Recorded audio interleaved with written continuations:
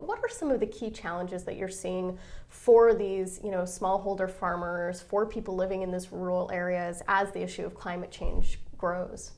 The fundamental challenge for agriculture in places like Africa and much of the poor parts of the developing world is that there is a huge and growing pressure on the resource base that they're trying to make their livelihoods from. Particularly in agriculture, you see vast areas that have degraded soils, that have degraded vegetation, accompanying that degraded forests, which are limiting their access to fuel wood and other building materials and medicinal plants and other things that they depend on. Their water resources are shrinking because of degraded watersheds. And all of these items that I've just mentioned are all being exacerbated by climate change. How do we tackle this issue? Because often, these farmers are among the poorest people in the countries that they're living in.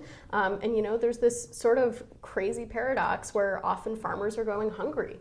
And so how do we address that, especially with growing population needs where we will need more productive agriculture moving forward? We absolutely need more productive agriculture.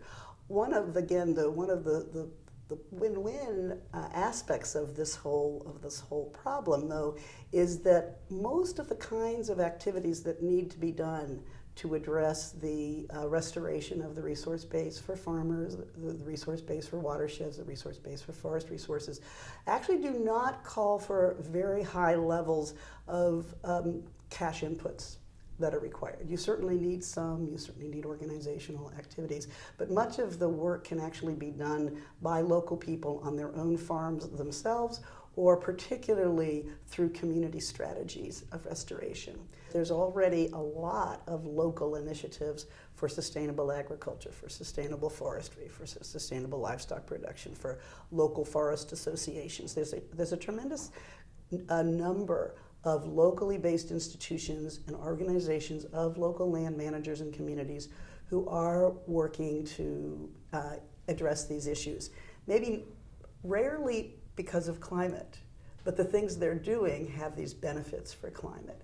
And I think there's an enormous opportunity to provide much more technical assistance to these folks, provide more financial resources to them, support them to do knowledge exchange from community to community, from watershed to watershed, from landscape to landscape. There's a lot of knowledge that exists that's very poorly disseminated.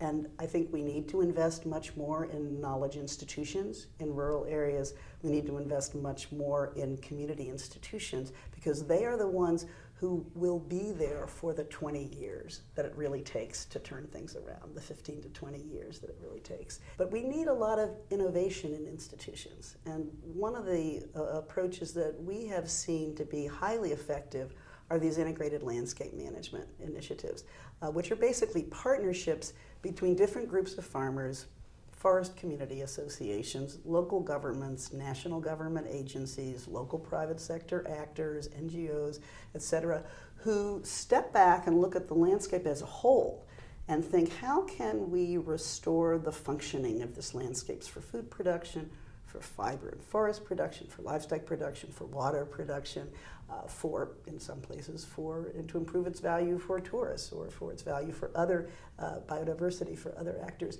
That while doing that, we also can have a major impact on climate change adaptation, which is always the first priority of low-income people, for sure.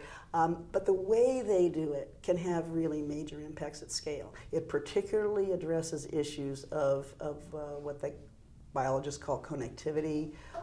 For example, if the upstream farmers don't manage their lands well, then the effectiveness for the whole watershed is undermined. So if you start to have partnerships between the people downstream and upstream, if you have partnerships between the producers of agricultural products and the buyers, and you have buyers who actually give preference to farmers who are selling from sustainably managed farms and sustainably managed landscapes, you start to get a virtuous cycle.